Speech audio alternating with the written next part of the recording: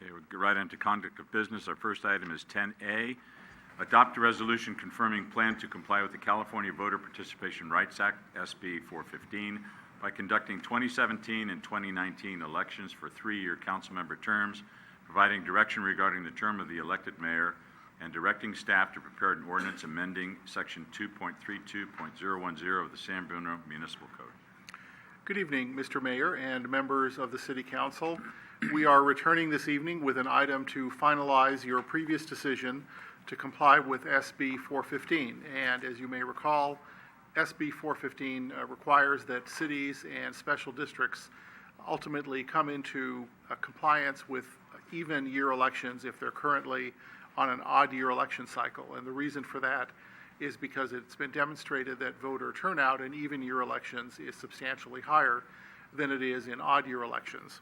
So this is part of the City Council's decision to comply with SB 415. And the last time we were in front of you on this item, you directed us to return with a resolution or some action to hold elections in 2017 and 2019 for 3-year council member seats. And as you may recall, that was one of the options that was available to you out of a number of options. You also directed staff to come back with research for what the options would be and the implications for the mayor's term. So we've gone ahead and done that. Let's just quickly review the schedule for the council member seats, and then we'll talk about the mayor. So the council member seats that are currently held by council members Ibarra and Rico Medina would be up for election in 2017. That would be for a 3-year term. And then their terms would expire in 2020, and at that point it would be 4-year terms thereafter. For the council member seats currently held by council members O'Connell and Marty Medina, their election would be held in 2019, again for a 3-year term, and that term would be up in 2022, and thereafter for 4-year terms. So that's what you told us you wanted us to do, and that's reflected in the resolution that I've attached to your staff report. As far as the mayor's term is concerned, as the staff report indicates, you have 3 options. You can have a 1, 2, or a 3-year term for the mayor. And what we've indicated in the staff report is if it's a 1-year term, then the mayor goes to a 2018 election. One issue with that is, of course, that would be the only council member seat up for an election that year. There would be no other council members in 2018. On the other hand, that would put it on an even year schedule in 2018, and that would be 2 years thereafter. The second option for the mayor is a 2-year term in 2017. That essentially kicks the decision down the road because you'd eventually then have to determine whether the mayor would get a future 1-year or a 3-year term in order to get the mayor on track for even yeared elections. And then the third option is to have a 3-year term for the mayor, similar to the rest of the council, so that in 2017, the mayor's term would be 3 years up in 2020, and then a 2-year term thereafter. So those are the 3 options for the mayor's term, and we're requesting direction tonight from you about which of those 3 options you'd like. I just have 2 other comments to make about the information in the staff report. As you can see, we did receive some updated information from the county regarding the estimated 2017 election costs, and that's based on the most recent information, which only came in on March 15th, and that included information from which special districts were going to move to even year elections. And when all is said and done, the county has estimated for us that if the election could be an all-mailed ballot, which requires everybody's concurrence, all the participating agencies, then the cost would be about $52,000. And otherwise it would be about $78,000. So that's the most recent updated information we could get. One last point I wanted to make, which wasn't in the staff report, but it was to some extent triggered by information about the school district going out for a tax measure, is I thought it would be helpful to look at what are the rules for putting tax measures on the ballot in the event that the City Council were interested in doing that. And while that hasn't been discussed or came up, I thought I should let you know in advance because it may influence your decision. So the way state law is right now, if you want to put a general tax on the ballot, which requires only a 50% vote, some of you may know that has to be on a ballot where there's other council members that are up for election. If you want to put a special tax on the ballot, which requires a 2/3 vote, that can be at any election. But then, of course, it might be a special election for the city depending on when the council member terms are. The one wrinkle I found when I did some research into this is that the county of San Mateo had legislation that gave them a pilot program for the all-mailed ballot. And the all-mailed ballot election legislation expires in January of 2018. Well, state law says that you can't have a tax measure on an all-mailed ballot. So what that does is the practical effect of a 2017-2019 election cycle, as you've determined, is that you couldn't put a tax measure on the 2018 ballot unless it was a special election, because there you can't have an all-mail ballot at that time. Or if the legislation is extended. It could very well be extended, it's hard to know. But right now, the statistics for the all-mail ballot don't indicate a significant increase in voter turnout, as opposed to turnout in odd years when polling places are in effect. So it's hard to know what the legislature would do. But I thought you should know that, because it might be interesting if in the back of any of your minds you're considering a future tax measure.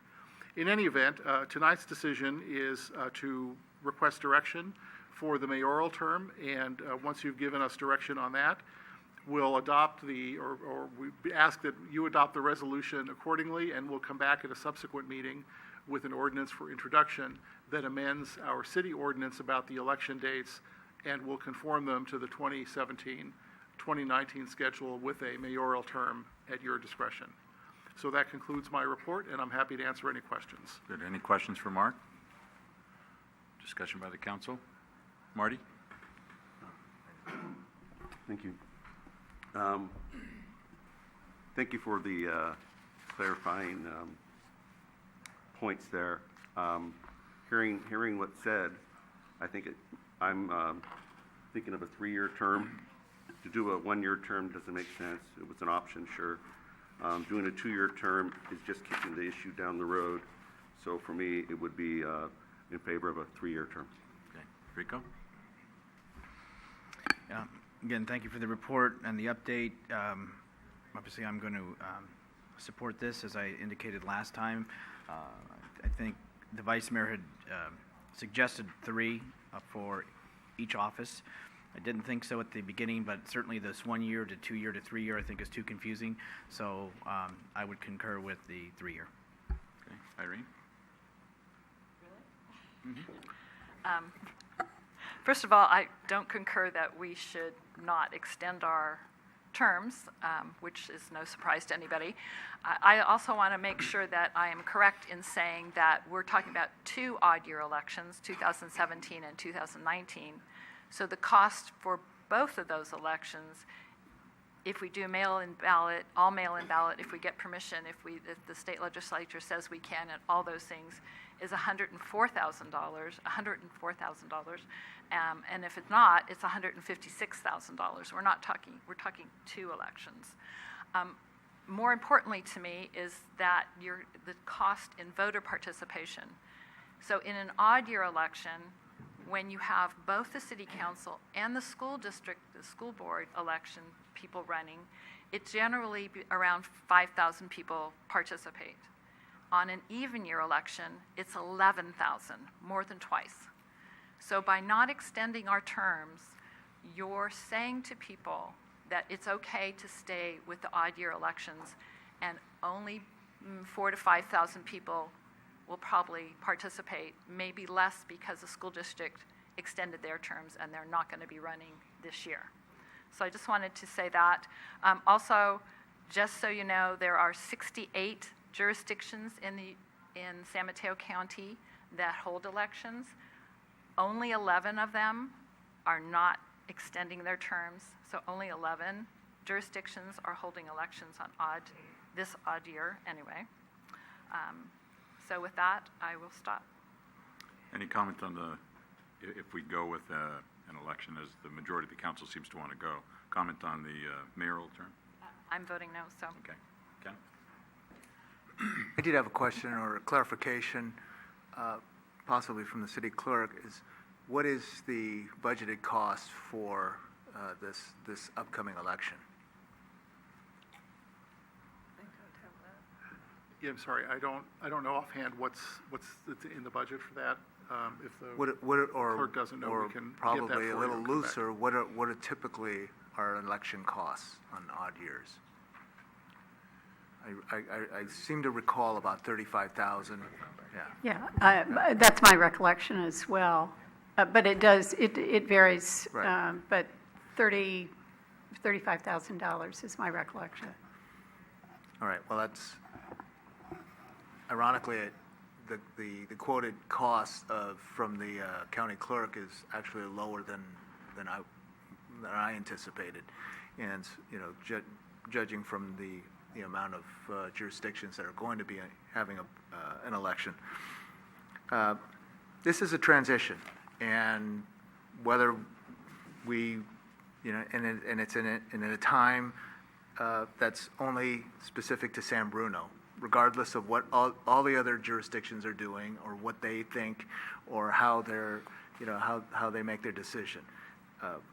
My decision and this council's decision is based on what San Bruno wants to do and possibly what is best for the community.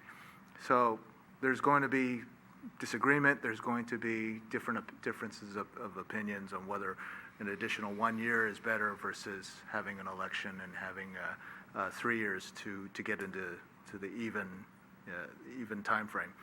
So I'm still in favor of having the councils have these, the city having the election in 17 and 19.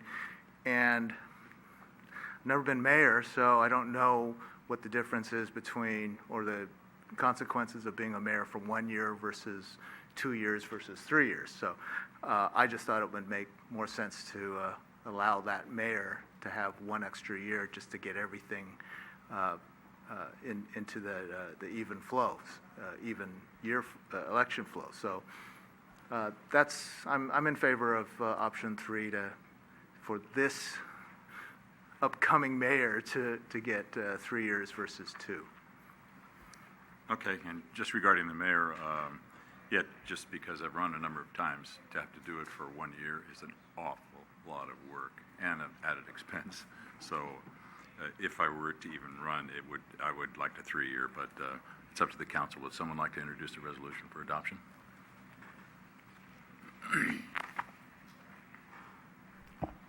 I'll introduce. And I'm sorry, just so the record's clear, that's with a 3-year term for the mayor? That's option number 3, That's correct. 2017 3-year term. That's correct. Thank you. Yeah. Vice Mayor Ibarra, Aye? Councilmember Marty Medina, Aye. Councilmember Rico Medina, Aye. Councilmember O'Connell, No. Mayor Ruane. Aye. Thank you very much. Through the chair, Rico? would it be possible also, since Irina mentioned there's 11 jurisdictions, to reach out to those to see? I know one's Burlingame, one San Mateo, for example. There's 2 that I'm aware of off the top of my head. But anyway, maybe that can start, because obviously there is a savings for having an all-mail, if that is possible and allowed. Yes, Councilmember Medina. Actually, I think I saw something from the county elections office, which already has requested that the cities and the other agencies work together to agree on an all-mailed ballot for that election. Thank you. you.